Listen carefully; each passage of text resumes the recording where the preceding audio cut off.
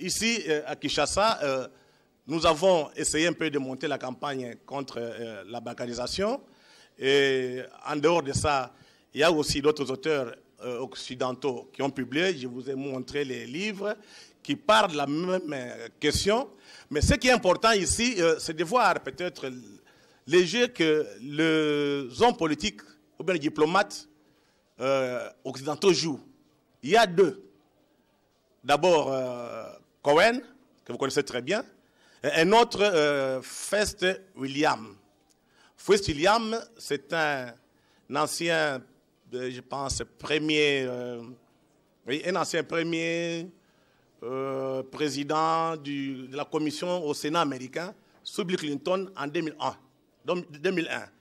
J'ai voulu ce qu'il a dit. Fest dit ceci. La frontière congolaise serait la source de stabilisation tant par les forces internes que par les forces externes, dont l'objectif consiste à favoriser le découpage du pays en 5 États indépendants. Il cite les Kivu-Maniema, les Kasaï, les Chaba, la province orientale et l'Équateur, les Bandundu et les Bas-Congo. Ça, c'est fait William. Il y a aussi notre ami qu'on appelle Herman Cohen. Ça, vous le connaissez très bien. Je ne voudrais pas vous lire tout ce qu'il avait écrit à Obama. Mais ce qui est intéressant ici, c'est de vous donner les droits de réponse qu'il avait envoyés au potentiel et qu'on a essayé un peu de publier. Je vais encore vous lire, il faut me laisser un peu de temps. C'est important parce qu'il faut que les gens comprennent que la balkanisation, ce n'est pas seulement l'effet des Congolais, c'est beaucoup plus ceux qui sont à l'étranger, ces capitalistes qui sont en faillite, qui veulent en tout cas refaire leur coup de 1885, mais aussi de leur coup de 1492 en venant ici pour faire l'esclavage de la tête négrière. Que dit Cohen? Dans ma lettre au président Obama, j'ai suggéré que l'on légalise le commerce des minéraux au Kivu, qu'on exploite les hommes d'affaires rwandais. Le Rwanda a envahi le Kivu en 1998. Pendant 6 ans, il a mis en place des réseaux pour l'exploitation des minéraux, surtout les coltans qui rapportent des milliards de dollars. Je pense que tout le monde trouvera son compte et la RDC percevra des impôts. J'ai proposé que le commerce des minéraux soit légalisé, mais j'ai rencontré une farouche opposition de la part des Congolais qui évoque la question de souveraineté. Souveraineté au département d'État, le Kivu fait partie du Rwanda. Ça, c'est ce que Cohen a dit. Maintenant, il explique dans cette réponse. Je crois que mes remarques sur le nord et le sud du Kivu dans votre article ont été mal compris. Bien sûr, les provinces de l'Est du Congo sont juridiquement dans les pays souverains de la RDC. Personne ne peut dire le contraire. Et ça doit être toujours comme ça. Ça, c'est Cohen qui nous répond. Ce que j'ai voulu dire, c'est qu'il y a beaucoup d'influences des pays extérieurs à l'Est, dans les deux Kivu, et que ces influences sont plutôt négatives que positives. Regardez les secteurs économiques et sécuritaires pour avoir les preuves. C'est pourquoi j'ai proposé, dans mon article de décembre 2008, dans le New York Times, qu'il faut établir un marché commun entre les provinces de l'Est du Congo, Rwanda, Burundi et Ouganda, pour légaliser le trafic des produits miniers et agricoles, gagner de l'argent pour les fiscs congolais et éliminer les soutiens des milices illégales. Et Cohen dit, je demande aux amis congolais de ne pas chercher midi à 14 h avec des débats juridiques inutiles. Il faut plutôt qu'ils cherchent des solutions sur le terrain. Ça m'amène, pour que je puisse conclure, à donner certaines stratégies mises en place pour que la balkanisation devienne un peu effective. Il y a ce que vous connaissez très bien, le brassage et le mixage. Ça, pour les gens de l'Est, le savent très bien. À travers les brassages et les mixages, on nous a infiltrés. Les militaires rwandais sont présents dans notre armée. Si vous demandez aux gens, je pense que le professeur ne va pas me démentir, sur place au Kivu, on sait identifier qui est rwandais, qui est aussi rwandais, qui est aussi congolais. Ils le savent très bien. Donc, on n'invente rien à travers les mixages et les brassages. Il y a une deuxième stratégie qu'on a montée, c'est avec les opérations conjointes congolaises et ougandaises. Je vous assure, il faudrait qu'on fasse attention pour accuser seulement les hommes politiques congolais. Il y a une forte pression sur ces dirigeants pour qu'ils acceptent n'importe quoi. Les jours où les troupes rwandaises sont entrées ici, je pense que c'était le 19, la nuit du 20 ou le 19 janvier, les pouvoirs congolais ne voulaient pas. Vous avez vu ce que le général Etumba a eu comme comportement. Nos amis anglo-saxons ont imposé et les troupes rwandaises sont entrées. Il ne faut jamais oublier cette dimension externe. C'est vrai, nous avons des complices ici à l'intérieur, mais la grande partie des responsabilités incombe à ces étrangers qui veulent à tout prix nous faire comme des esclaves sur notre propre territoire. Deuxième élément, je pense que ceux qui travaillent encore au PNUD, ils vont se rendre compte que toute l'aide qui vient de l'extérieur est orientée vers l'Est. Il y a la guerre. Et c'est là où on trouve la concentration des ONG internationales. Qu'est-ce qu'elles font là-bas? La Belgique, la France, l'Amérique, ils ont des représentants sur place. Pourquoi faire? Ça, c'est pour vous dire que le processus de la balkanisation du pays est mis en place sans les Congolais ou bien avec les Congolais. Donc, il ne faut pas être naïf. Tout ce qu'ils font, c'est une stratégie de façon que vous verrez, oh, tel ambassadeur a inauguré un pont, telle ambassade a construit une route. Mais pour quel objectif? Quand vous faites un peu une analyse en profondeur, vous vous rendrez compte que tout est mis en place pour que dans l'imaginaire collectif des gens de l'Est, la dimension de l'État central disparaisse. Comme ça, après le temps, ils vont dire, mais vous voyez, Kinshasa ne s'occupe pas de vous, vous pouvez vous prendre en charge. Parce qu'on a fait des routes, on a fait tout, prenez-vous en charge. Et il y a encore des leaders du Kivu, tout comme d'autres leaders de d'autres régions, qui sont prêts pour jouer ces jeux de nos amis occidentaux. Pour terminer, j'arrive à une conclusion. Il faut qu'on fasse attention. À chaque moment qu'il y a mutation sur le plan économique dans le monde, l'Afrique en particulier, bon, en général, le Congo en particulier, paye les pots cassés. Je vous parle d'abord de la première révolution, la révolution commerciale, la première révolution du capitalisme. Quand il y a une révolution commerciale, il y a eu comme conséquence l'esclavage de la traite négrière. On a pris les nègres, on les a vendus en Amérique pour faire des affaires. On était des marchandises. Et quand il y a eu la révolution industrielle, on a fait la colonisation. On n'a pas mis fin à l'esclavage ou bien à la traite négrière parce que les Blancs nous aimaient, non. Parce que le commerce des hommes coûtait beaucoup plus cher qu'avec l'industrialisation, on peut produire ce que 1000 personnes peuvent produire. Nous sommes maintenant dans la troisième révolution du capitalisme, avec ce qu'on peut appeler aujourd'hui la révolution des nouvelles technologies. Ceux qui meurent au Kivu là, d'ailleurs beaucoup ne connaissent même pas le coltan, même les usages, même les Rwandais qu'on utilise par les militaires, ils ne connaissent rien.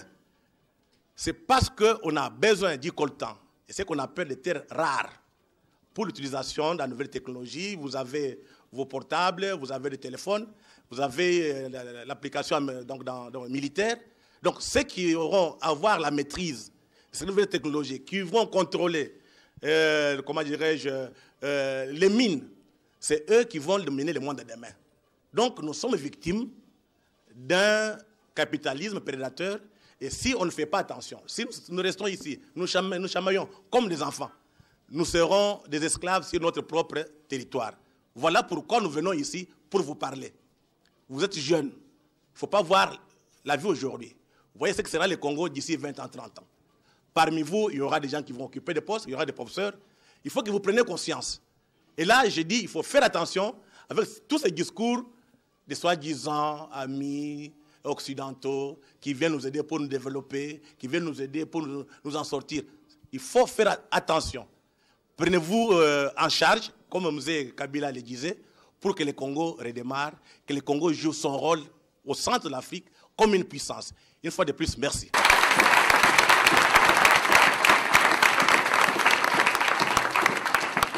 Non seulement les hommes, mais également les richesses de la République démocratique du Congo, les immenses richesses de la République démocratique du Congo, ainsi que l'ont pu démontrer autrefois le professeur Kibanda et les autres. Je pense que du côté... OK. Donc, je disais, depuis 1960, des zones des insoumis, comme l'a démontré le professeur Mwaka, ont été renforcées par des opérations de brassage, de mixage et autres opérations militaires conjointes qui ont contribué plutôt à fragiliser davantage la République démocratique du Congo plutôt que de l'aider à sortir du gouffre où elle se trouve. La balkanisation, selon Freddy, est un projet savamment étudié et qui est en train de se mettre en place. Il appartient donc aux Congolais d'ouvrir l'œil et le bon et de se comporter en conséquence. Alors, nous passons au troisième sous-thème avec le docteur Emmanuel Kabongo Malou. République démocratique du Congo, la chapelle des impuissances, balkanisation ou disparition. Visiblement, les termes sont bien choisis pour nous choquer. Emmanuel Kabongo, vous avez la parole. La réflexion que je vais devoir partager avec vous a été menée à l'occasion du cinquantenaire de l'indépendance du Congo. Comme vous le savez, les grands anniversaires ont des obligations bilantaires et posent comme exigence, n'est-ce pas, les bilans. C'est à ce niveau que je me suis interrogé pour savoir, 50 ans après l'indépendance, qu'est-ce que le Congo? Quels sont les Congolais devenus? Et par des méthodologies herméneutiques, phénoménologiques, observationnelles, on est arrivé à constater que, d'une part, l'État au Congo n'était pas viable et le Congo comme nation n'était pas une nation forte. C'est-à-dire, à ce niveau-là, on a relevé le fait que l'autonomie politique, l'autonomie de l'espace politique au Congo était totalement laminée par les ingérences structurelles qui sont devenues, n'est-ce pas, plus tard comme une gouvernance parallèle de la RDC. Je vais en parler tout à l'heure. Et au niveau économique, il y a eu une perte de la souveraineté économique parce que pratiquement toute l'économie congolaise et même toute la monnaie échappe dans les mains des Congolais. Donc c'est à ce niveau-là qu'on a constaté que 50 ans après l'indépendance, le Congo avait totalement perdu l'autonomie, tant politique qu'économique, et que au deuxième niveau, on a relevé le fait que les populations congolaises qui étaient exclues de la sphère politique et de la sphère économique s'étaient retranchées totalement dans ce qu'on peut appeler la sauvagerie, dans les sauvageries collectives qui caractérisent, n'est-ce pas, la déshumanisation et l'appauvrissement anthropologique du Congolais comme être. Et que si vous prenez les deux prémices, c'est-à-dire la perte de l'autonomie politique et économique avec les sauvageries du peuple congolais, on fait un troisième constat qui est la conclusion à partir de ces deux prémices, à savoir que les risques qui pèsent sur le Congo aujourd'hui ne sont pas les risques de la balkanisation, mais plutôt, parce que le Congo a été déjà balkanisé en 1885, mais plutôt les risques de la disparition comme espace historique appartenant à un peuple historiquement identifié et qui s'appellerait Congolais.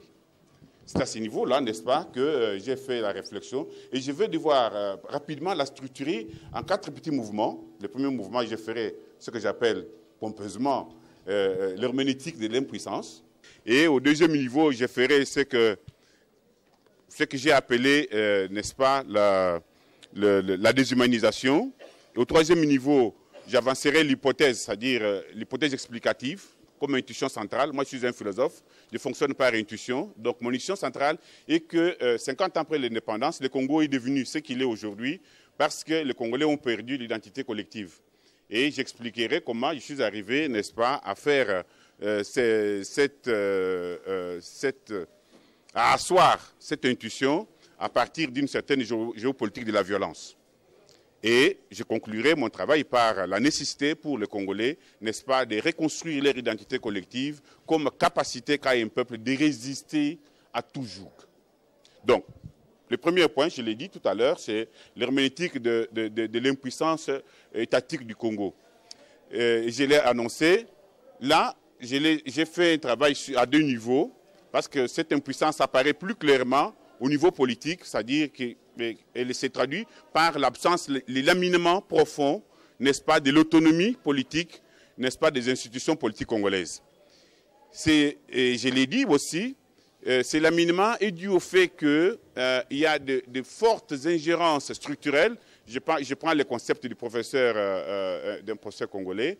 Elles se sont transformées rapidement en une autre gouvernance, en une gouvernance mondiale de la RDC. Et à ce niveau-là, vous avez trois phénomènes qui expliquent ça.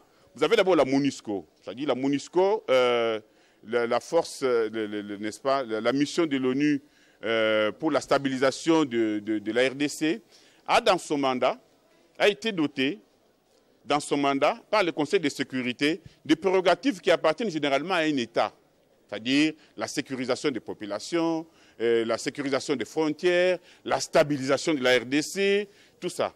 Et la MONUC, que vous voyez, ne se gêne pas de jouer ce rôle d'une gouvernance mondiale. Ce n'est même plus comme notre gouvernement, parce que la MONUC est plus forte, elle a un budget lourd, et puis elle a des forces armées et des forces de police, et elle rend compte chaque semaine, n'est-ce pas, à la population congolaise que nous sommes donc ses administrés, en nous parlant de la sécurité de l'Est, en nous parlant de la sécurité dans les Kasaï. Donc la MONUC, il y a une substitution, une guidance de la gouvernabilité interne par la gouvernance mondiale. Le deuxième niveau de ces laminements du pouvoir d'État au Congo, c'est ce que le professeur Moukoko appelle l'agencification. Et j'aime le concept. C'est-à-dire qui caractérise la substitution, l'appropriation et l'exécution de l'action gouvernementale par des instances, par des institutions, n'est-ce pas, ce qu'on appelle des agences, n'est-ce pas, d'exécution de l'aide. Ça signifie que non seulement nous avons au niveau macro-politique une guidance qui est faite par la MONUSCO, mais de l'autre côté, vous avez, au niveau même de l'exécution de notre politique gouvernementale, vous avez cette ingérence structurelle, c'est-à-dire des agences qui s'installent dans nos ministères et qui interfèrent, qui pratiquent, et je vais lire une phrase, en parlant de ces agences, que vous trouverez dans tous nos ministères. Je ne vais pas les citer, vous prenez tout ministère au Congo, a au moins 3 ou 4 agences qui sont, n'est-ce pas, diligentées par la Banque mondiale ou le FMI ou le OMC, donc c'est-à-dire les bras technocratiques de la mondialisation, ou bien par les agences de coopération de l'Union européenne, du Japon. Et ces agences interfèrent dans toutes nos activités. Ils ont même des prérogatives qui sont généralement dévolues au ministère. Et Greenpeace décide sur l'environnement, fait la gestion forestière, la BSECO fait ceci. Donc c'est une autre possibilité de débilitation du pouvoir d'État en RDC. Et j'ai commis une erreur. Je voulais, avant de terminer sur la MONUSCO, n'est-ce pas, parce que j'ai parlé des ingérences structurelles en parlant de la MONUSCO qui joue le rôle d'un gouvernement mondial installé au Congo, avec des forces armées, avec des forces de police, avec du budget, qui se permet même de nous faire des comptes rendus. Et je voudrais, à ce niveau-là, lire une phrase d'un texte qui a été publié par Franck Fanon en 1961 et qui est sorti dans un grand journal d'alors. C'est dans Afrique Action, du 20 février 1961. Franck Fanon écrit ceci. Et le texte est intitulé La mort de Lumumba. Pouvions-nous faire autrement? Alors Franck Fanon écrit ceci. Petit à petit, l'idée d'une intervention de l'ONU prenait corps. Alors, on peut dire aujourd'hui que 2 erreurs simultanées ont été commises par les Africains. Et d'abord, par Lumumba quand il sollicita l'intervention de l'ONU. Il ne fallait pas faire appel à l'ONU. L'ONU n'a jamais été capable de régler valablement un seul problème posé à la conscience de l'homme par le colonialisme. Et chaque fois qu'elle est intervenue, c'était pour venir concrètement au secours de la puissance colonialiste du pays oppresseur. Voyez le Cameroun. De quel pays juste le sujet de M. Aïdjo tenu en respect par un corps expéditionnaire français qui, la plupart des temps, a fait ses premières armes en Algérie. L'ONU a cependant contrôlé l'autodétermination du Cameroun et le gouvernement français y a installé un exécutif provisoire. Voyez le Vietnam, voyez le Laos. Il n'est pas vrai de dire que l'ONU échoue parce que les causes sont difficiles. En réalité, l'ONU est la carte juridique qui utilise les intérêts impérialistes quand la carte de la force brute a échoué. Les partages, les commissions mixtes contrôlées, les mises sous tutelle sont les moyens légaux internationaux de torturer, de briser la volonté d'indépendance des peuples, de cultiver l'anarchie, le banditisme et la misère. Donc, motiver la mise sous séquestre du Congo. Je parle du Congo en 61.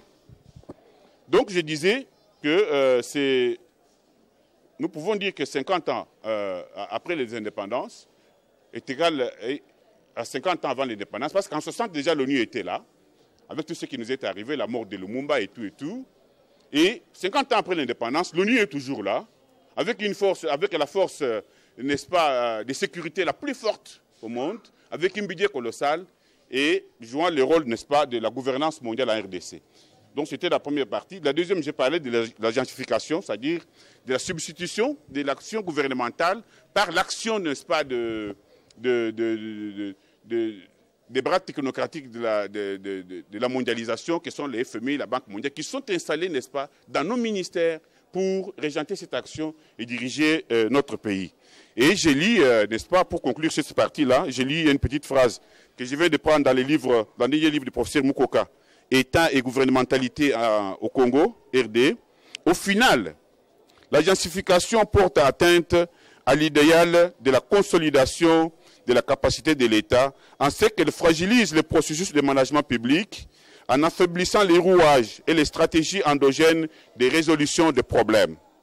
Elle n'est donc pas de nature à favoriser une politique harmonieuse de développement des ressources humaines nationales ou d'impulser réellement le processus de développement. Donc, je cite, c'est écrit à la page 136. Et le troisième phénomène, n'est-ce pas, d'affaiblissement des pouvoirs étatiques au Congo est caractérisé par la présence massive des corps expéditionnaires étrangers dans notre pays. Dans ces pays-là, il y a des corps expéditionnaires angolais, rwandais, burundais, tanzaniens et autres, même sud-africains. La conséquence majeure de cette présence massive de corps expéditionnaires étrangers dans notre pays est que les gouvernements de ces pays-là s'accaparent sans nous informer de nos richesses nationales, comme l'Angola qui a pris les pétrole du plateau continental, comme l'Ouganda qui exploite le pétrole du lac Albert, et comme le Rwanda qui exploite n'est-ce pas, le gaz méthane du Rwanda. C'est-à-dire, quand vous avez des corps expéditionnaires étrangers dans votre propre pays, ça signifie que votre gouvernement n'est pas capable, n'est-ce pas, de protéger vos richesses, de vous assurer la sécurité, et d'assurer la sécurité des biens et des personnes. Donc, c'est l'alignement là qui fait que j'ai conclu que 50 ans après l'indépendance, le Congo avait pratiquement perdu totalement ou partiellement, n'est-ce pas, l'autonomie, c'est-à-dire la capacité qu'a un peuple de prendre des décisions qui concernent sa vie en ne se basant que sur ses propres intérêts. Cette capacité est perdue parce qu'avec la présence de ces organes-là qui interfèrent à tout moment, tant au niveau macro-politique, au niveau micro-politique, c'est difficile de dire qu'il y a vraiment de l'autonomie. Le deuxième niveau, j'ai parlé n'est-ce pas, de la perte de la souveraineté économique. À ce niveau-là, je crois que je peux identifier 4 événements qui peuvent vous donner, n'est-ce pas, la vision de cette perte économique. La première, ce sont les privatisations massives et en pièces détachées des entreprises congolaises, qui s'effectuent sous nos yeux avec Copirep, encore une agence d'exécution, où aujourd'hui, tous les services de base, c'est-à-dire les 22 entreprises que le Congo a comme service de base, a comme capacité, n'est-ce pas, industrielle, ont été dans une opacité incroyable, privatisées, donc données aux étrangers, sans qu'on sache quels sont les capitaux qu'on a mis dedans, qui a pris quoi. Et ça fait qu'aujourd'hui, je me pose la question de savoir si l'État n'a plus en main l'électricité, alors que il n'y a que 7% des Congolais qui accèdent à l'électricité, n'a pas l'eau en main, n'a pas le poste, les télécommunications et tout. Qu'est-ce que le social sera fait demain? Le deuxième niveau de cette décapitation économique est fait du fait que, actuellement, quand vous regardez tous les services commerciaux, tous les services, n'est-ce pas, bancaires, sont tenus et détenus par des étrangers. Les banques, il y a les Indiens, il y a les Pakistanais, les Chinois. Il n'y a aucune banque ici, dans notre pays, qui appartient aux Congolais. La seule banque qui appartenait à un Congolais, M. Kundelo, BIC, a été vendue sous pression, n'est-ce pas, aux étrangers.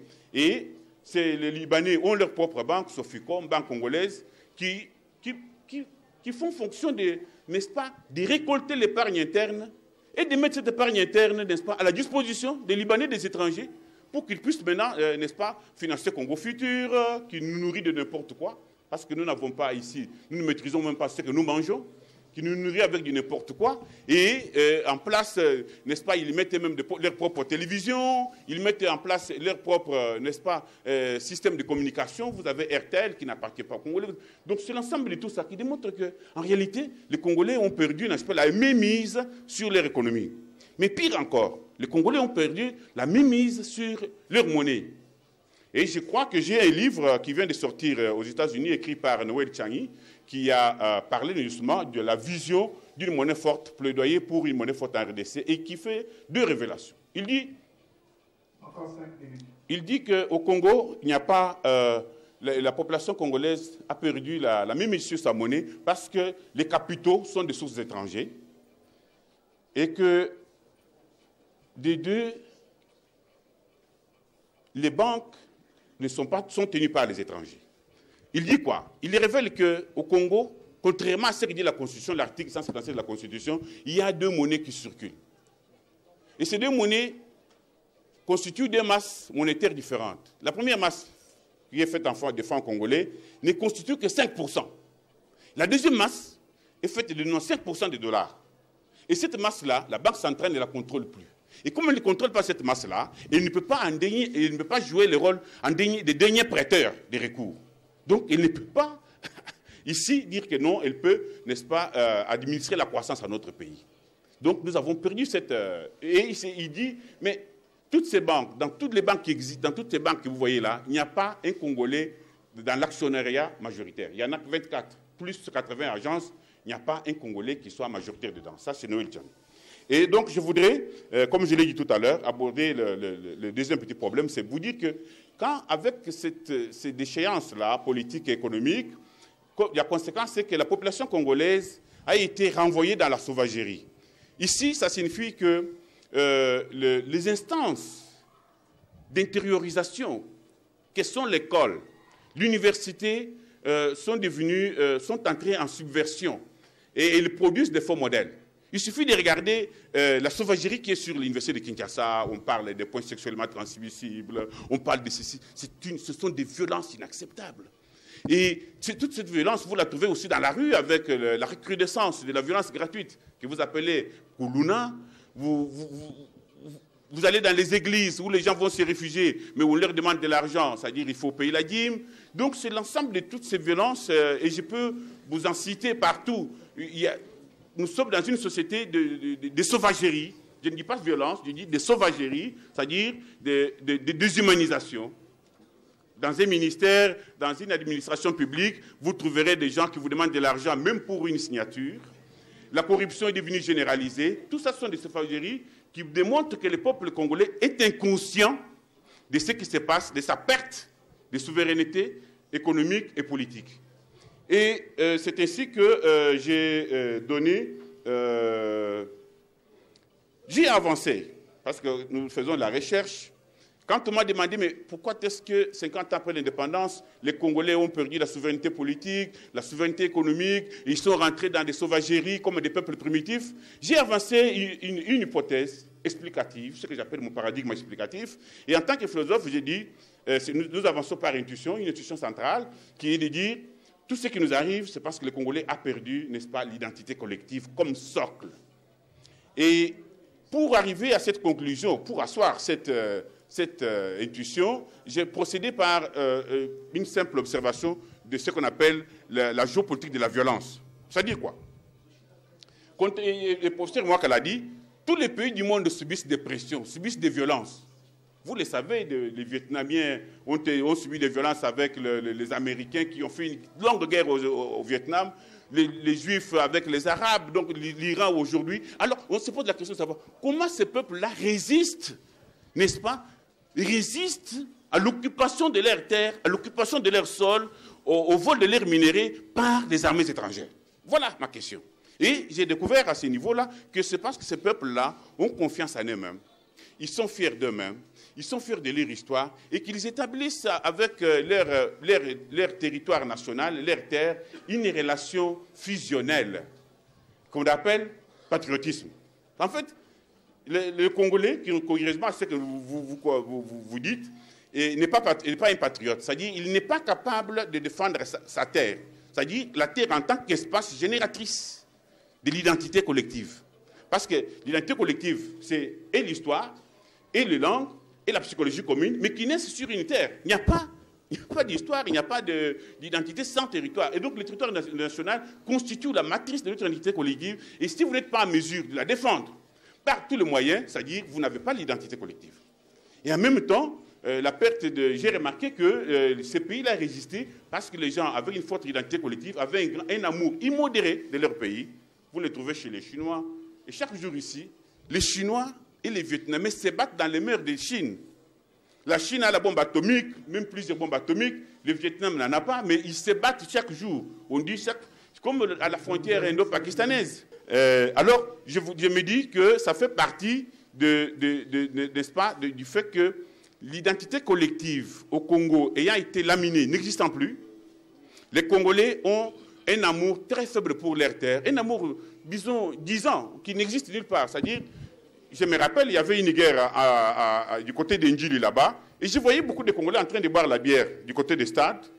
C'est comme si cette guerre était lointaine, elle se faisait dans un autre pays, et comme si elle ne nous concernait pas. Donc, c'est cette absence d'identité collective, absence de l'amour pour les pays, absence de la solidarité collective. Nous sommes le seul peuple au monde incapable de se mettre ensemble pour faire une affaire. Alors que tous les petits peuples qui viennent ici, excusez-moi, tous les grands peuples qui viennent ici, les Chinois, les Pakistanais, les Libanais, se mettent ensemble, ils vivent ensemble dans une même maison pour faire des affaires et ils gagnent. Nous, quand un peuple a perdu l'identité collective, il n'est pas capable d'imposer à son gouvernement de prioriser l'intérêt général. Puisqu'en fait, il ne faut pas croire qu'un gouvernement, ce sont des gens de bonne humeur, des gens de bien qui se réveillent le matin qui disent « priorisons l'intérêt général ». Non, ça se fait comme une exigence forte qu'imposent les populations à un gouvernement. Et c'est là, par l'organisation des manifestations, par des votes qu'on surveille. Et au Congo, parce que nous n'avons pas une forte identité collective, nous sommes entrés dans une période de léthargie, d'anomie sociale, qui fait que les gens peuvent travailler dans des services en ville, là-bas, au bureau, et être impayés depuis 5 ans. Et chaque matin, il maigrit, il perd son poids. Avec les lacs, il perd son poids. Et chaque matin, il y va. Et il le rentre. Ce qui fait que les étudiants peuvent venir dans un cours. Pendant une année, un professeur ne vient jamais. Et puis, à la fin de l'année, il dit non, je vais prendre cette semaine pour vous enseigner. On dit, mais où est notre capacité de résistance? Et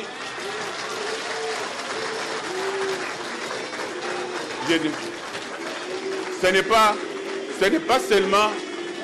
seulement l'université. Et je continue en disant que quand un peuple a perdu l'amour pour sa patrie, a perdu l'amour pour sa terre, il entretient une relation de saleté. Il suffit de regarder comment nous sommes le seul pays au monde, quand les gens viennent, regardent le Congo, voient les tas de saleté, voient des tas de sachets, ils disent, ici il n'y a plus un peuple, il y a des animaux. Et c'est vrai, parce qu'un peuple qui est sale, signifie un peuple qui est traumatisé, qui n'a pas une relation fusionnelle avec son espace vital, qui mérite tous nos soins.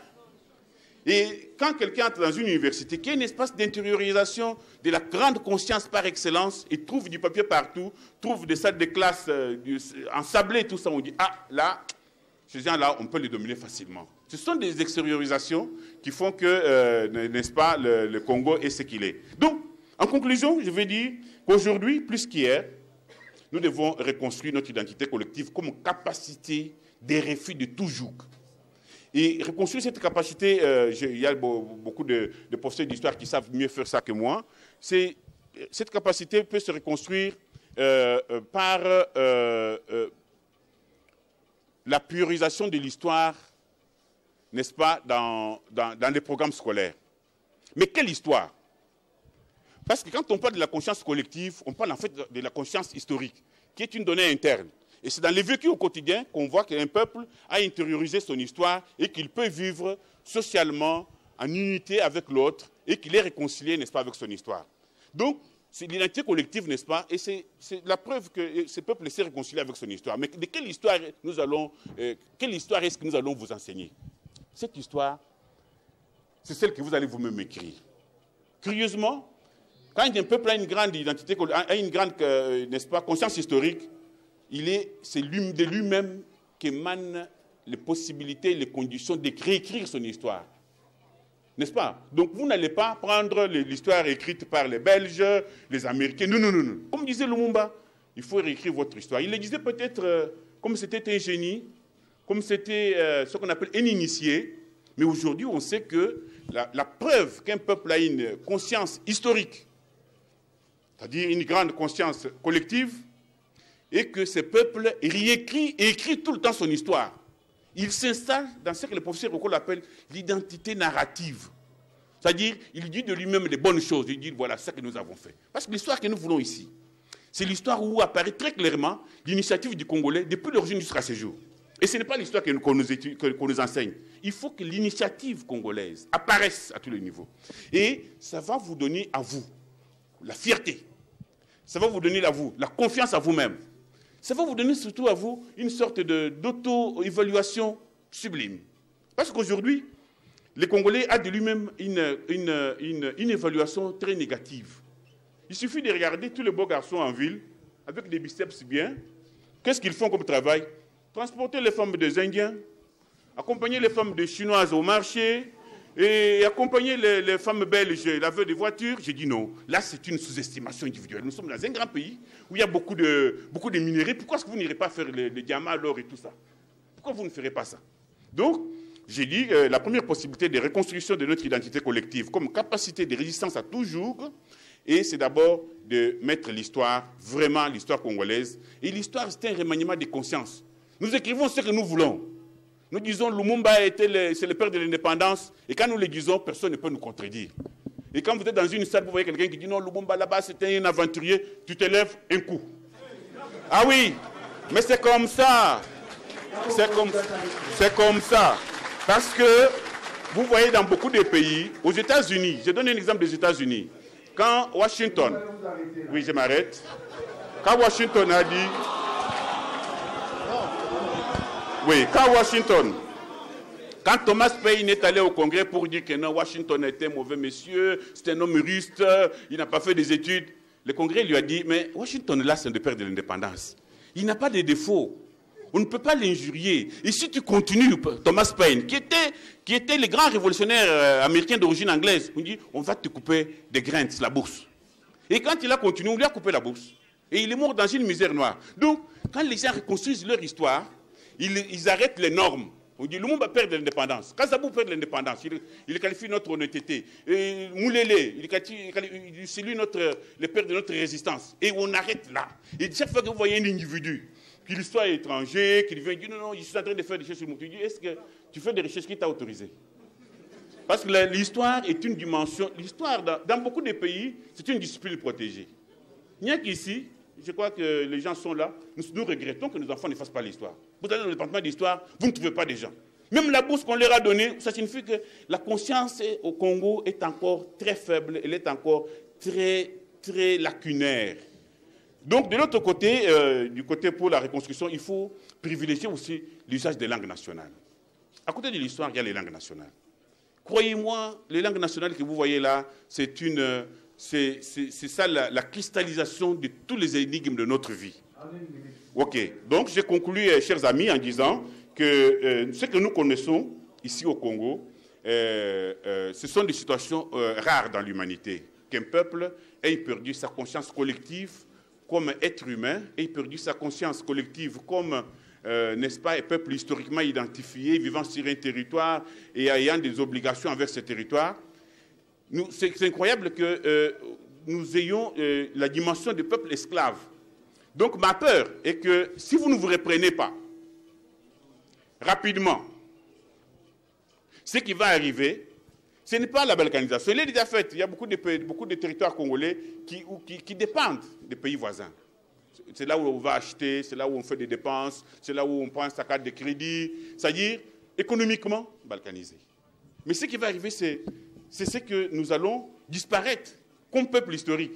La disparition d'un peuple historique n'est pas due seulement au fait que ce peuple a été tué totalement, non. Il y a aussi la disparition en tant que perte de conscience, comme appartenant à une communauté. Et ça, le Congo, je crois, en fait preuve totalement. Merci beaucoup.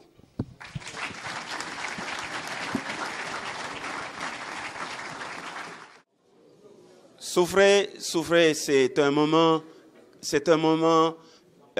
unique de notre existence collective. Il faut se dire les choses en face.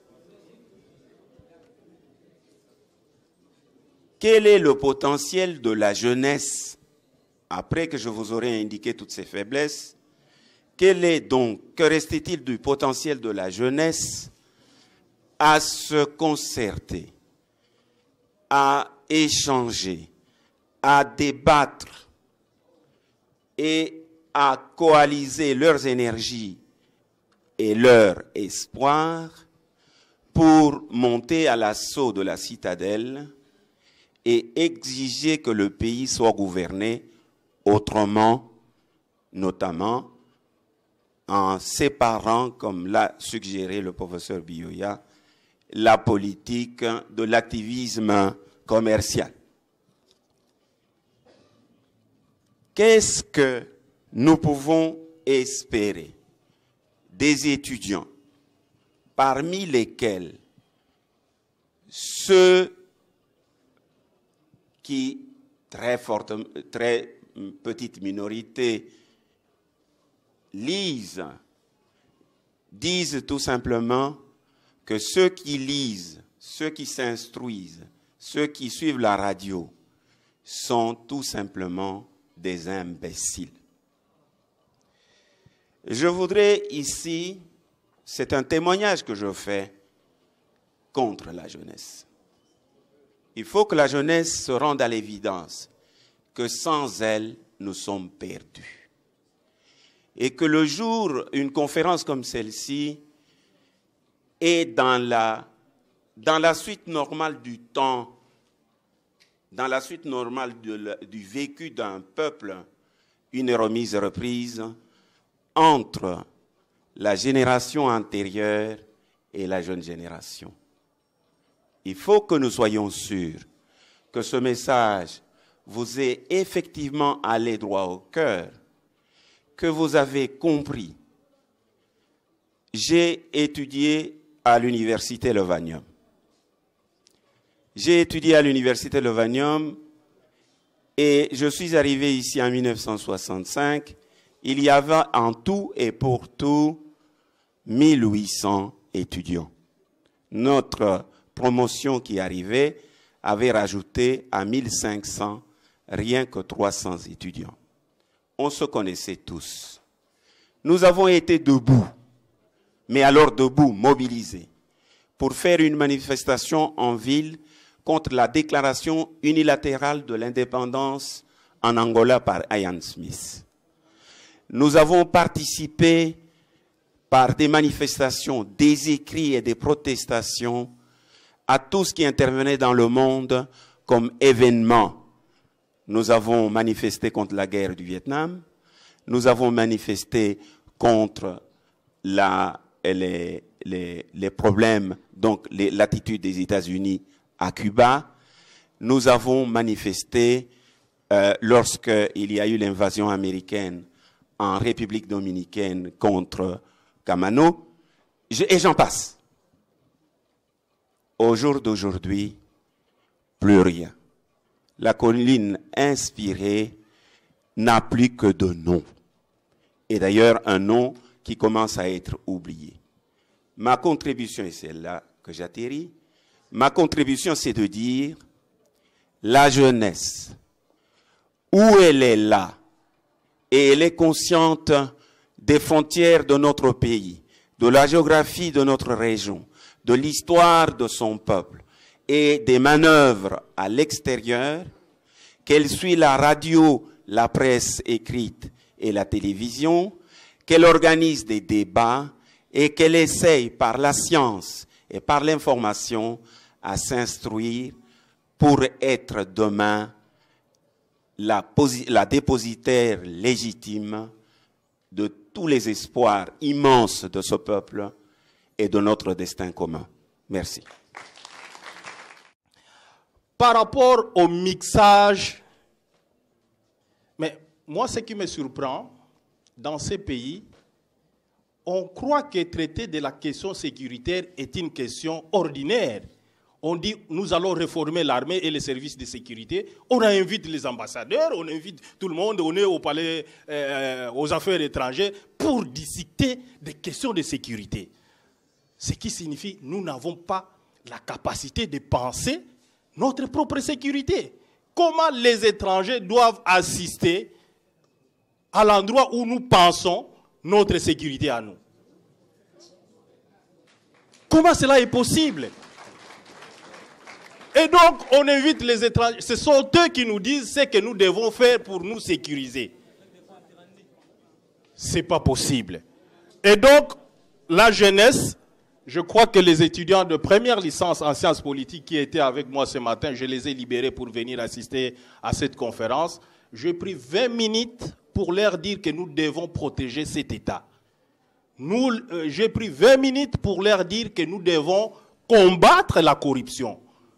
J'ai pris 20 minutes pour leur expliquer que l'État est notre bien commun. Voilà, mesdames et messieurs, ma contribution à ce niveau. Je veux répondre, oui. Est-ce que... Faut que je mette les lunettes. Qu'est-ce qui arrive, celui qui vient de Bel Campus? Le problème, mais je vais répondre avant tout un peu à la question qu'on a posée pour ce Mwaka. Le secret pour ce Mwaka dit que nous avons des insurrections depuis toujours, c'est vrai. Nous devons connaître ce qu'on appelle notre nature, notre identité stratégique. Pourquoi les autres nous créent des rébellions? On ne nous crée pas des rébellions parce qu'on ne nous aime pas.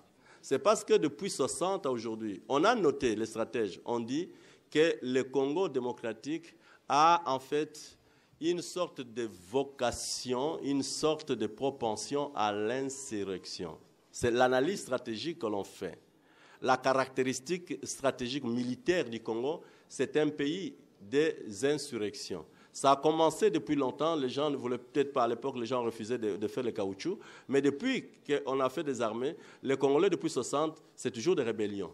Alors cette tendance a été en fait prise en compte par ceux qui ont travaillé à mettre les Kivu dans l'axe de crise. Parce que les guerres ne se passent pas en Kivu simplement parce que sinon il y a une programmation. Les crises récurrentes de Burundi et du Rwanda ont amené les spécialistes qui voulaient apaiser la situation à élargir la zone dans laquelle en fait ces soubresauts devaient en fait avoir lieu. Et ils ont réussi d'abord par mettre en place une sorte d'ONG, si c'est Magriva ou Magrivi, pour les gens qui vous connaissent ça, c'était une façon petit à petit de pénétrer dans le Kivu, qu'il y avait des éléments qui attiraient en fait les planificateurs des choses au Rwanda. Et grâce au génocide et aussi à la suite des échecs de l'assassinat de Melchior au Burundi et aussi en fait l'accueil que nous avons donné à ces gens, qui sont arrivés dans le contexte où notre démocratisation bloquait même notre État, nous n'étions plus capables en fait, de faire quoi que ce soit, il y avait un désordre total, eh bien, on nous a insérés dans l'arc de crise. Et donc, on nous a en fait mis dans nous sommes devenus une zone qui est comptée géopolitiquement comme une zone de crise. Et en plus, il y avait des minerais de haute importance stratégique. La fin de la guerre froide a amené l'Union européenne et l'Occident à mettre cette région sous surveillance internationale. Et on a commencé à chercher à travailler quoi? À mettre de côté les politiciens qui étaient incapables et à mettre de côté les militaires qui ne comprenaient plus rien, à faire la promotion de la société civile qui n'a malheureusement pas réussi. Et donc, ce vide-là a fait qu'on le gère. Alors, la volonté d'impuissance du Congo est une maladie. Je pense qu'au jour d'aujourd'hui, la politique extérieure n'a d'importance que s'il y a une consistance à l'interne. Et en diplomatie, on fait entendre sa voix si on parle au nom de tout le monde. Or, nous avons pris en fait le parti en RDC de ne plus jamais parler en termes de nation. Nous parlons en termes de familles politiques, des majorités et des oppositions. Et je crois que ça nous condamne. Ça nous condamne. Nous sommes le pays en fait qui a développé, je crois, mieux que les pays où on a eu des mouvements de libération, de groupes armés qui ont cherché l'indépendance. Nous avons en fait formé des oppositions démocratiques combattantes. Hein? Donc, à part les armées, à part les rébellions, notre opposition politique est devenue militante et combattante. Donc, en fait, une armée en fait, qui ne porte pas en fait, les armes. Mais donc, la démocratie n'est plus pour nous une perspective. Donc, la perspective, d'abord, quoi? C'est la construction d'un leadership qui travaille d'abord à quoi? À remettre la nation au centre, à faire que les partis politiques, en fait, comprennent que c'est des lieux où on pense le pouvoir. Nous n'avons pas de partis politiques qui pensent l'État.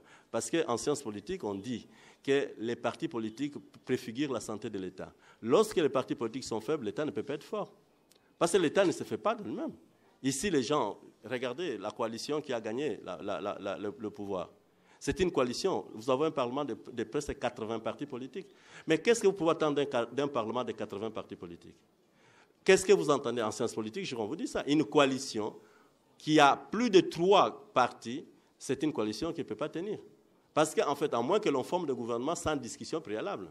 Si on entre au gouvernement simplement parce qu'on est identifié et on n'entre pas au gouvernement pour défendre une politique, c'est qu'il y a encore un mal. Si donc nous avons des partis politiques qui composent le gouvernement sans politique, mais qui vont pour aller faire la politique du chef de l'État, ça devient déjà un problème. Je crois que je parle aux étudiants en sciences politiques qui connaissent ces choses-là. Hein? Or, ici, si j'entends bien, tous les députés, ils font allégeance au président de la République. Et le gouvernement récupère le projet politique du chef de l'État. Le Premier ministre, la Constitution dit, qui définit avec le chef de l'État la politique. Or, lui, il n'a même pas de politique. Donc, vous voyez qu'il y a déjà beaucoup de choses qui ne se font pas selon le schéma qui conduit à construire un État qui soit en fait l'incarnation de la nation et qui soit le bouclier protecteur. Nous nous sommes trouvés,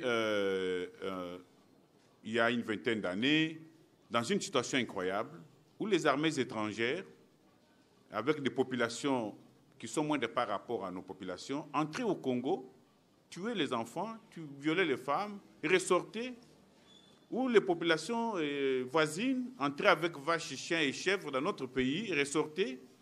Et ça, comme dit Anna Arendt, l'événement donne à penser. Ça nous a interpellés. On dit, comment se fait-il que dans ces pays-là, plus de 2 millions de kilomètres carrés, avec plus ou moins plus de 70 millions de personnes, les gens entrent, sortent, on nous tue, on nous abat. Qu'est-ce qui s'est passé? Et en philosophie, nous menons ce qu'on appelle une réflexion radicale, c'est-à-dire basée sur l'être. Qu'est-ce qui se passe? Et pour comprendre cette réflexion, j'ai dû utiliser 2 concepts. Le premier, c'est le concept de la phénoménologie de l'identité collective. Et l'autre, phénoménologie de l'identité collective perdue. Dans le premier concept, je m'interrogeais, j'ai dit, mais comment se fait-il qu'un petit pays comme Cuba, à côté, à une centaine de kilomètres des côtes de la Floride, peut résister pendant des années à des invasions américaines, même Kennedy a échoué avec la baie des cochons, et que Fidel Castro est là, il vit, alors que les États-Unis ont des bombes atomiques qu'on peut pulvériser tout. Qu'est-ce qui s'est passé? Qu'est-ce qui se passe? Comment se fait-il qu'un pays comme le Vietnam peut résister à une longue guerre des États-Unis, à tel point qu'un général américain a pu dire on ne peut pas gagner une guerre au Vietnam, parce que là, même les chiens et les chèvres sont contre nous. Et comment se fait-il qu'un pays comme l'Afghanistan, assiégé par l'OTAN, tout ça, les gens résistent et se battent? Donc c'est l'ensemble de ces problématiques qui m'ont amené à se dire qu'est-ce qui se passe? Pourquoi Israël, un petit pays, un petit caillou, habité par des personnes, Des gens là se réveillent chaque matin avec une arme à la main pour se battre contre toute la communauté arabe et résister. Pourquoi est-ce que les pères fondateurs de l'Amérique ont dit aux Américains il faut toujours avoir une arme à main pour se défendre contre l'ennemi? Donc c'est l'ensemble de toutes ces problématiques qui m'ont amené, comme tout philosophe, à dire mais qu'est-ce qui s'est passé chez nous? Et j'ai posé une intuition comme paradigme explicatif en disant c'est la conscience collective. Cuba, là, vous trouvez des gens qui sont très fiers d'eux-mêmes. Quand ils dansent, même quand ils parlent, ils sont très fiers de leur pays. Aucun pays au monde ne peut envier l'histoire de notre pays. Vous arrivez dans des pays comme, je ne sais pas moi, l'Afghanistan, vous trouvez des gens très fiers d'eux-mêmes. À tel point que ces pays qui a connu des guerres avec les Russes, avec les Américains, résistent. Alors d'où vient que chez nous, nous avons perdu cette fierté et qu'un ennemi entre, les gens fuient. À Banzangungu, quelques soldats angolais entrent, les hommes et les femmes fuient et on viole les gens. Et c'est la même situation qui arrive que vous êtes vous-même dans votre propre maison, un ennemi entre la nuit, vous commencez, papa, aux Zolokani. Mais quelqu'un qui entre chez toi la nuit, toi tu vas lui demander aux Zolokani. Donc c'est la même situation qui fait que les gens ont perdu leur capacité, n'est-ce pas, des refus de toujours. Et c'est ainsi que j'ai mis en place ce concept de phénoménologie de l'identité collective. Et dans ce concept-là, j'ai étudié les pays qui résistent là. Et j'ai découvert que dans ces pays, les populations avaient une relation incroyable avec leurs terres. Ce n'est pas la richesse qui fonde cette relation. En Israël, il n'y a rien, il n'y a même pas de mines. Il n'y a que du sable. Et les gens là, quand vous touchez à ce sable-là, les enfants prennent les couteaux, les femmes prennent les machettes, les hommes les armes, et vous allez en démordre. Donc, cette relation ne va pas dire que les Congolais, comme disait Philippe tout à l'heure, les scandales congolais là, non, ce n'est pas question de scandales. C'est-à-dire que les gens ont, avec leur terre, une relation fusionnelle qui... Et d'où vient cette relation? Si vous me donnez 2 minutes, cette relation vient du fait que la terre, elle n'est pas seulement nourricière, elle est procréatrice de l'identité. Parce que quand l'identité collective, il y a 3 éléments, l'histoire, n'est-ce pas, la conscience collective, les langues et tout ça. Mais tous ces éléments-là ne naissent que sur un espace, une spatialité. Donc si vous n'avez pas d'environnement, normalement vous n'avez pas vous n'avez pas de conscience collective. Vous n'avez pas de patrie en même temps. Donc les gens nourrissent avec leur patrie, avec leur terre, c'est ici qu'on parle de patrie, la terre, le patriotisme, une relation fusionnelle parce qu'ils connaissent l'histoire de cette terre-là. Cette terre-là nous a été donnée par les anciens qui se sont battus. Et les gens maîtrisent, qui se sont battus pour nous la conserver. Et nous avons le devoir et la mission de la prospérer pour la transmettre aux générations futures. Et cela se fait à travers ce qu'on appelle l'identité narrative. C'est-à-dire les gens se racontent l'histoire de leur terre, comme les Juifs. Les Juifs ont créé l'identité du peuple élu en lisant la Bible, en nous imposant cette identité du peuple élu. Aujourd'hui, tous les Juifs se disent « sommes un peuple élu ». Où est-ce qu'ils ont appris ça? C'est de l'identité narrative, c'est-à-dire eux-mêmes écrivent des livres là-dessus. Leurs propres intellectuels écrivent des livres là-dessus. Et ils sont vigilants. Chaque fois que vous venez avec une théorie pour dire non, vous êtes quel peuple élu, mais vous avez tous les Juifs du monde entier derrière vous. Ils vont même interdire votre livre, vous poursuivent même dans des toilettes. Et regardez notre frère, il y a un Guadeloupéen qui fait des émissions à Paris, un Camerounais, il souffre. Bien, hein? Donc cette vigilance-là, est une vigilance qui doit être menée par le peuple. Donc j'ai découvert que dans ces pays-là, les gens ont une relation fusionnelle avec leur terre et que cette relation est renforcée par la politique nationale. Puisqu'en réalité, si les gens qui aiment leur terre, et s'ils ont une bonne politique nationale, c'est-à-dire la politique nationale signifie quoi? Signifie la mise en œuvre de mesures légales pour permettre à un peuple de s'approprier de son espace vital. Il n'y en a pas d'autre. Comme disait le mot, on dit, nous allons faire des lois, nous allons faire n'est-ce pas, de nouvelles lois pour permettre au peuple congolais de s'approprier de son espace vital. Donc si vous avez... Et puis on fait aussi une bonne politique, une bonne économie nationale, c'est-à-dire on met en place des mesures qui permettent de disponibiliser les richesses pour rendre la vie facile, la joie de vivre au peuple. C'est ainsi que quand vous étudiez toutes ces problématiques-là, vous arrivez à voir que les gens qui ont une forte, n'est-ce pas, conscience collective ont même des bonnes universités. Parce que l'université est un espace de conscience nationale. C'est l'université qui qui, en produisant les savoirs et les savoir-faire, permettent à un peuple n'est-ce pas, de conquérir son espace vital. Parce que c'est ça la nécessité. Vous ne pouvez pas, c'est aujourd'hui ce que nous manque au Congo, c'est parce que nous ne sommes pas capables de nous approprier physiquement, mentalement de notre espace vital et de profiter de ses richesses. Parce que notre université n'a pas produit suffisamment de compétences, de savoir-faire et des savoirs et des savoir-faire pour s'occuper de cet environnement. Donc c'est l'ensemble de tout ça qui m'a amené à penser qu'au Congo, il y a une débilitation de la conscience collective comme socle, comme force, comme ce que le peuple pense de lui-même, comme vision d'un peuple de lui-même.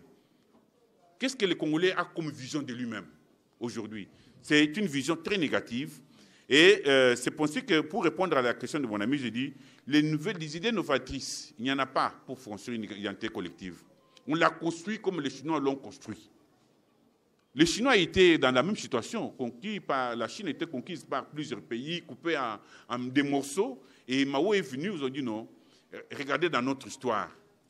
Nous sommes un peuple. Un peuple, c'est quoi? Un peuple, c'est un ensemble de personnes qui ont vécu sur leur terre longtemps pour savoir comment ils ont conquis cette terre, pour savoir comment ils se la disponibilisent, quelles les richesses, et ils finissent par avoir les mêmes aptitudes, les mêmes comportements, une même psychologie commune.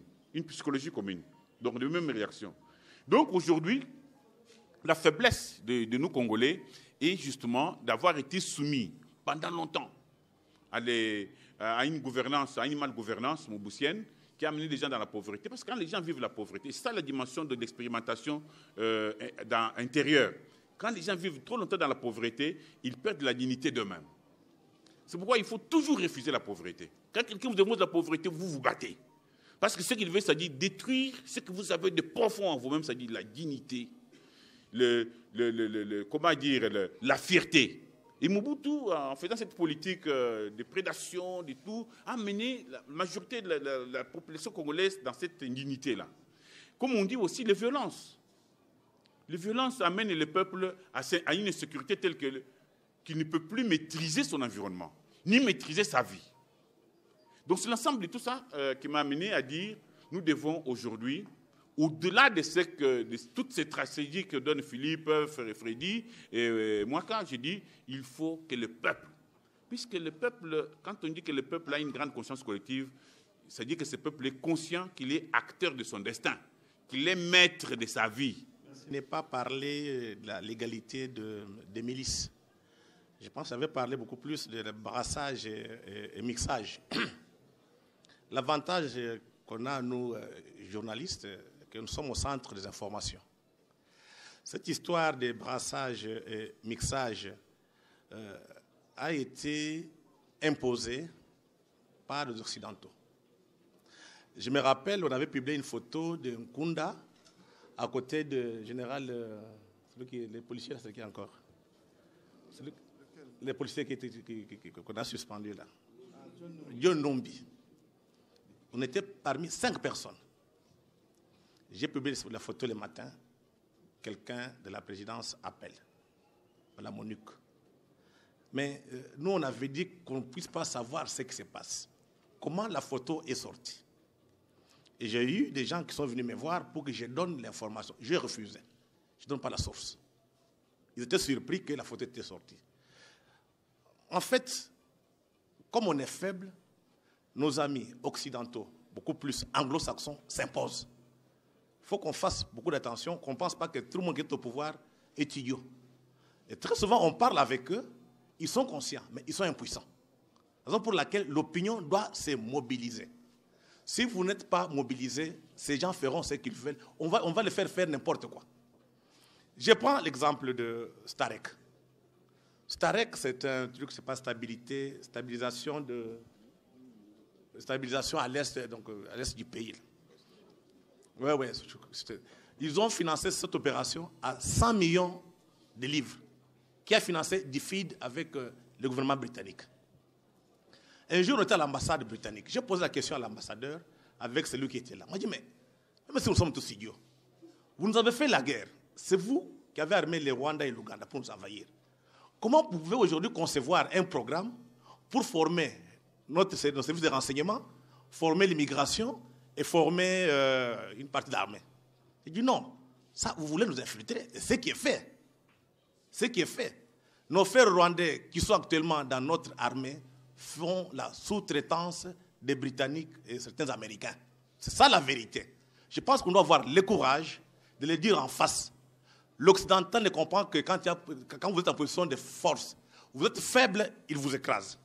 On a passé une semaine à Stuttgart, à l'Africom, avec le général Ward. On était 4 Congolais. Les Américains nous ont demandé de dire toute la vérité. Ne mâchez pas les mots. Et on l'a dit. On a parlé avec le général. Et après ça, nous avons eu des contacts. Donc nous avons parlé avec tous les services. CIA, Pentagone, tout le monde qui s'occupe de l'Africom. Avec 20 personnes devant nous. On nous posait des questions. On était 5 Congolais. Et on a répondu à cela. Et à la fin, ils nous ont dit qu'on a eu beaucoup d'Africains qui sont passés ici, mais du moins, vous nous avez convaincus. Je pense que nous devons faire un travail énorme pour enlever l'image des Congolais à l'extérieur. On a une image négative. Et tout est construit, tous ces clichés-là. Ils sont désorganisés, ils aiment les femmes, ils aiment la bière. C'est fait à dessein. Sinon, nous n'arrosons pas. Et puis, si à l'intérieur, on n'est pas sérieux, il ne faut pas attendre des miracles. Et quand vous venez ici, j'ai eu la chance de voyager avec mon ami Mboussa, avec l'avion du président, pendant 2 semaines. On a fait le tour de l'Afrique centrale. J'ai observé les attitudes de nos conseillers. C'est une catastrophe. On ne choisit pas des gens compétents. J'ai vu des gens incapables, quand il y a eu des débats, incapables de donner des informations, incapables d'analyser. Ce sont des personnes qui défendent le Congo à l'extérieur. Il ne faut pas attendre des miracles. Donc nous devons faire pression sur nos dirigeants pour que demain, s'il y a des négociations à faire, qu'on choisisse les meilleurs et qu'il y ait un débat public. Ce sont les affaires de notre pays, les affaires de notre nation. On ne peut pas laisser un groupe d'individus au pouvoir et faire ce qu'ils veulent. Si on ne fait pas ça, on va regretter. Nous passons de temps en temps à faire des conférences ici, mais en retard. J'espère que vous devez prendre conscience, et surtout nos amis de l'Est. Et très souvent, on parle avec eux. Ils ne jouent pas les francs jeux.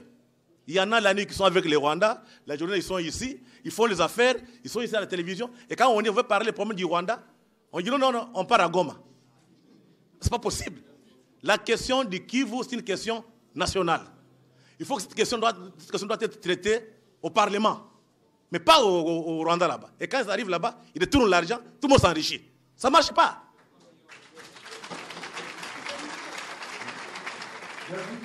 Ok, je termine par c'est par de pression sur les dirigeants et avoir le courage. J'ai toujours dit, je prends l'exemple de Léopold II, qui a tué plus de 10 millions d'habitants ici, et 10 millions de Congolais, entre 1885 et 1908. 40 millions de Congolais. Il y a un seul journaliste britannique, Edmond Morel, qui n'était même pas congolais, qui a fait le tour du monde, et surtout en Amérique, pour convaincre. Et on a ravi l'État indépendant du Congo, on a remis à la Belgique. Mais aujourd'hui, nous, on a eu la chance d'être à l'école des Blancs. Comment on peut être incapable de défendre notre propre pays, de défendre nos intérêts? On est inconscient, ce qui n'est pas normal, que ce soit les professeurs d'université. Nous tous, il faudrait...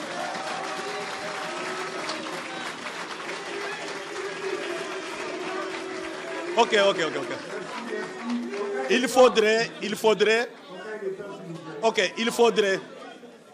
que nous prenions conscience qu'on mette les intérêts de la nation au-dessus de nos intérêts personnels. C'est ça la solution. Sans ça, mes chers frères, je le répète, les petits frères de ceux qui nous ont vendus, il y a les petits enfants de ceux qui nous ont vendus il y a 5 siècles, vont revenir ici. D'ailleurs, on les voit à Kinshasa. Ils sont là et puis ils nous imposent. Des enfants de 20 ans, 25 ans, ils viennent parler au papa de 40 ans avec des doctorats comme des enfants. Mais il faudrait que nos hommes politiques, que nos professeurs d'université se prennent en charge et se prennent au sérieux. De ne pas accepter qu'un petit enfant qui vient avec une ONG des droits de l'homme, un petit enfant qui est à Bruxelles, là-bas dans la rue, il ne vient pas devant les professeurs d'université. Il n'est même pas à votre niveau. Donc, nous devons libérer notre imaginaire collectif. Toutes les informations sont là. Ce que je vous donne là, quand je passe à Paris, c'est quoi le problème chez nous? les élites corrompues, des élites qui ne comprennent rien. Aujourd'hui, chaque élite met sa voiture en mer, des vestes, ou de mettre l'intelligence. Quand on part à Paris, au lieu de faire les tours là où il y a des livres, on ne cherche même pas. On va chercher des souliers de 10 000 à 15 000 $ pour acheter. Ils sont à Bruxelles, même chose, on achète des costumes. Combien visitent des librairies à Bruxelles, à Paris?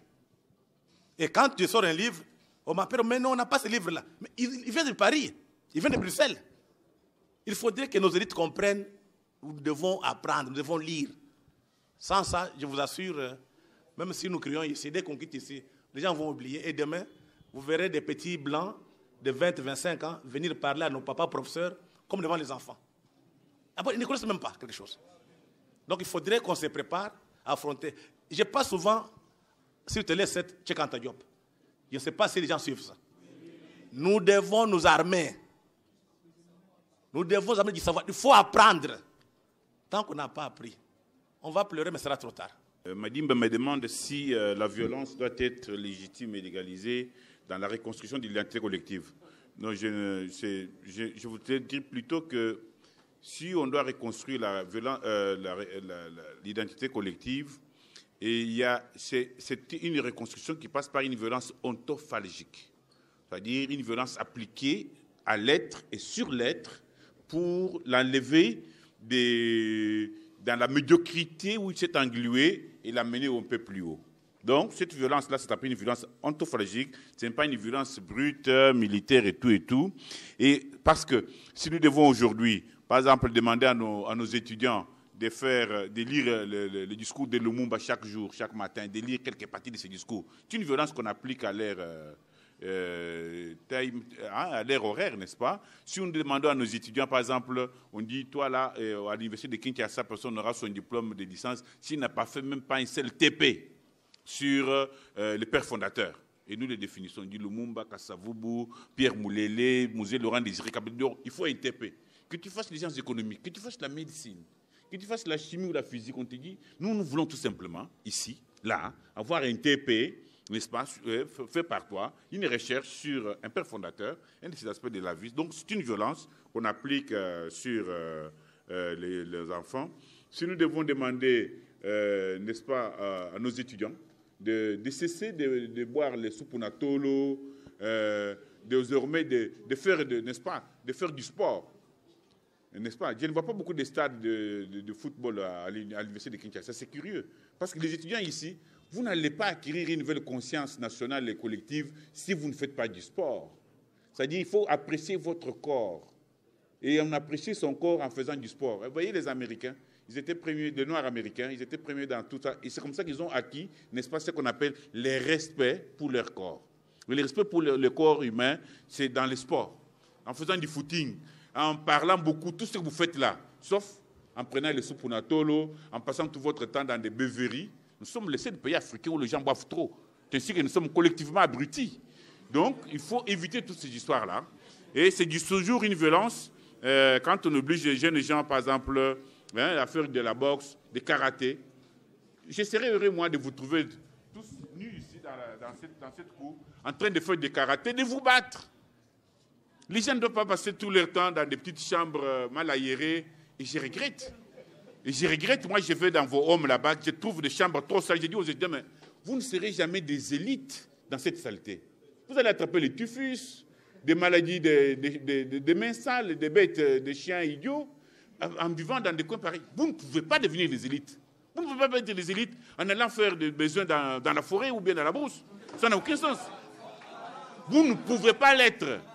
Et ça, vous devez cesser.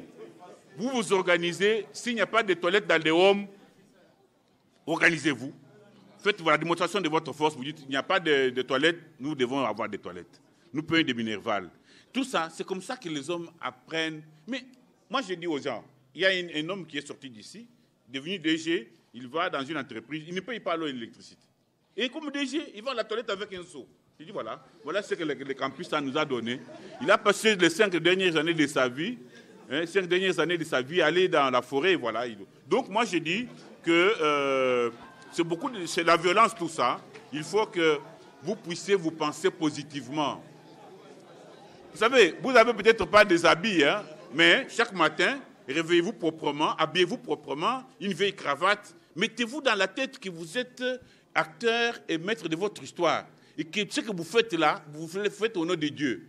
Parce que c'est quand les hommes ont récupéré les faux prométhéens, qu'ils ont récupéré toutes les prérogatives que Dieu détenait dans ses mains, qu'ils sont devenus ceux qui sont devenus, c'est-à-dire les maîtres de leur histoire. Puisqu'après tout, Dieu nous a maintenant tout donné. Pourquoi est-ce que vous allez vous conduire comme des esclaves? Donc, vous pouvez arriver à ce niveau-là en faisant une violence anthropologique. Et je pense, et les professeurs, et les étudiants, nous, on va s'y mettre pour dire à tout le monde ce qu'il doit faire. Nous n'avons pas de choix. Et c'est tout ça pour arriver à quel résultat? C'est-à-dire arriver à avoir des Congolais qui se pensent positivement, qui se donnent beaucoup de dignité. C'est-à-dire, ils voient un taxi où il y a 3 personnes derrière. Oh, ben pas content, on a 4 T, on a 4 T. Oh non, ici dans les bus, ici, on a debout. Non, on a tellement debout. Oh, les taxis là, on est coincé comme ça. Non, on a côté. C'est comme ça que les hommes acquièrent leur dignité. Et quand vous allez commencer à refuser, nous allons obliger cet État ici à créer un service, un véritable service de transport. On ne peut pas, à moins de considérer que ces administrés sont des animaux, ne pas avoir dans un pays comme le Congo un service de l'État qui fait des transports en commun. Ça signifie quoi? Parce que quand, en absence de ces exercices, le peuple perd toute sa dignité dans la rue. Des gens qui se mettent dans la rue pendant 15, 20 minutes, 30 minutes, toute une journée, pour attendre un bus hypothétique, sous un soleil accablant, et après on dit aux gens, ah non, comment ils ont produit leur dignité comme ça? Mais c'est scientifiquement fait. On n'installe pas un service public de transport, et les gens perdent totalement la dignité pour eux-mêmes. Ils perdent totalement confiance en eux-mêmes. Ils ne peuvent pas programmer, ils ne peuvent rien faire. Donc, demander à un État de faire un service public de transport, c'est un devoir fondamental. Parce que sans ça, voilà ce que nous sommes devenus. Des gens incapables de répondre à un rendez-vous. Nous avons intériorisé cette dimension-là. Alors que dans d'autres pays, vous ne voulez pas faire ça, mais nous mettons dans la rue. Nous mettons dans la rue. La Constitution le dit. Et puis, lisez la Constitution, ils nous donnent beaucoup de droits. C'est l'ensemble de tout ça qui vont nous donner l'idée que nous sommes un peuple historiquement identifié, vivant sur un territoire, et que tout le monde nous avons le droit d'être respectés. Quand les gens ont de telles idées, ils n'ont pas peur de la mort. Pourquoi vous allez avoir peur de la mort? Parce que les gens, un étudiant qui n'a pas mangé la journée, qui vient le matin, hier il n'a pas mangé, il a fait les pieds, mais il est en train de mourir. Donc, évitez, n'est-ce pas, de mourir comme une souris dans une tanière, que vraiment de faire de votre vie un acte de résistance. Voilà. Donc, moi, j'ai dit, Madimba, que vous m'avez demandé qu'est-ce que je ferais comme si j'étais au niveau de gestion d'un pays, qu'est-ce que je ferais dans mon... Je dirais tout simplement, moi, je rendrais l'histoire nationale obligatoire. Et je créerai n'est-ce pas, des éditions congolaises, parce que nous devons publier tout ce que nous faisons ici, tous les livres que nos frères publient chez l'Harmattan. Moi, j'en ai publié quelques-uns là-bas. Ça ne vient jamais au Congo, c'est une censure mondiale. Nous devons publier tous nos livres ici et les traduire en lingala, chiluba, kikongo, pour donner aux gens. Mais je pense que, comme je l'ai fait, si nous ne sommes pas capables de faire la politique, parce que nous ne savons pas pratiquer Lumumba. Lumumba, il ne faut pas en rencontrer, le proclamer héros national et tous les 17, aller déposer quelques fleurs ou faire un faux monument qui ne ressemble même pas. Il faut les pratiquer. Il faut les pratiquer concrètement. Quand en 60, il a les réflexes, il vous dit, la balkanisation, c'est demain. Et il définit même la balkanisation. On veut imposer un gouvernement qui est contre la volonté de... Mais c'est une belle définition, parce que je n'ai pas entendu ça de cette définition. Parce que ça, c'est une définition congolaise de Lumumba, de la balkanisation. À chaque fois qu'on vous imposera un gouvernement qui ne relève pas la volonté populaire, c'est que la destination, c'est quoi?